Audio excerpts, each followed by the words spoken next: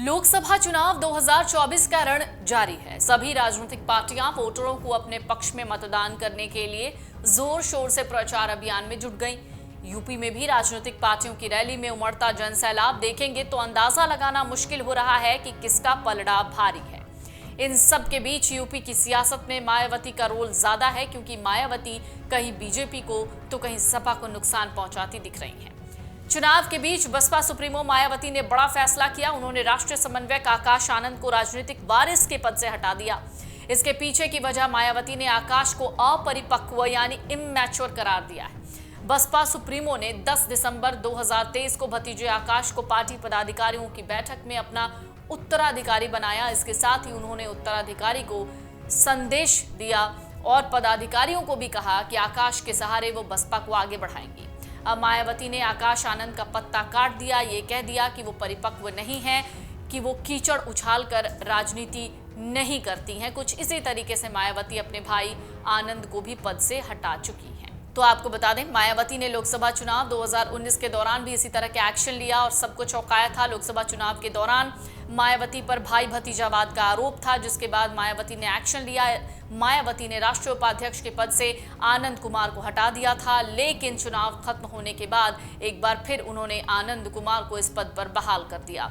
मायावती ने आकाश आनंद पर कार्रवाई करके एक संदेश दिया है और ये भी बताया है कि परिवारवाद वाली पार्टी बसपा नहीं है और बहुजन आंदोलन सबसे जरूरी है। आकाश आनंद की पॉलिटिकल लॉन्चिंग नगीना से हुई थी। नगीना सीट पर दलित बिरादरी का वोट बैंक बहुत ज्यादा है।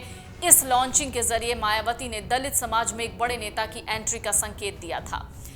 आकाश आनंद ने मायावती का राजनीतिक वारिस घोषित होने के बाद 6 अप्रैल को पहली सभा की थी। नगीना सीट से उतरे आजाद समाज पार्टी के अध्यक्ष चंद्रशेखर आजाद पर सीधा निशाना साधा था। उन्होंने चंद्रशेखर को युवाओं का दुश्मन बताया, कुछ इस तरह के शब्दों का प्रयोग किया जिसको लेकर बहुत ज्यादा चर्चाएं हुई और उन पर उंगली उठने लगी। आकाश आनंद ने 5 किलो मुफ्त अनाज मामले पर बीजेपी के खिलाफ करारा हमला बोला था। उनके बयान के आधार पर उनके खिलाफ केस दर्ज कराया गया। इसके बाद से ही मायावती की तिरछी नजर उन पर थी। आकाश आनंद की पहले चरण में 21 सभाएं लगाई गईं, लेकिन वो केवल 16 सभा कर पाए। 28 अप्रैल को आकाश आनंद की सीतापुर के साथ लखनऊ के मोहन लालगंज में सभा थी। सीतापुर की जनसभा के बाद आकाश आनंद के कार्यक्रम रद्द हो गए। आपको बता दें, बसपा इस बार चुनावी मैदान में अकेले है। पार्टी ने कभी भी दूसरे दल या नेताओं पर निजी हमले नहीं किए, इसलिए मायावती ने साफ कहा आकाश आनंद अभी तक परिपक्व नहीं हैं और जब तक वो परिपक्व नहीं होते ये जिम्मेदारी उनसे ले ली जाएगी। इससे साफ हो गया आकाश आनंद के लिए रास्ते अभी बंद नहीं हुए। बहुजन समाज पार्टी की राजनीति को करीब से जानने वाले कहते हैं मायावती हमेशा से चौंकाने वाले फैसले करती हैं, लेकिन बीच चुनाव में नेशनल कोऑर्डिनेटर पद से आकाश आनंद को हटाए जाने का बसपा के चुनाव अभियान पर असर डाल सकता है।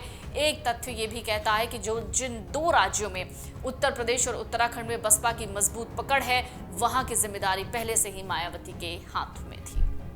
अगर आप ये वीडियो YouTube पर देख रहे हैं तो हमारे चैनल को सब्सक्राइब करें और बेल आइकन को दबाना ना भूलें। अगर आप Facebook पर ये वीडियो देख रहे हैं तो हमारे पेज को लाइक करें।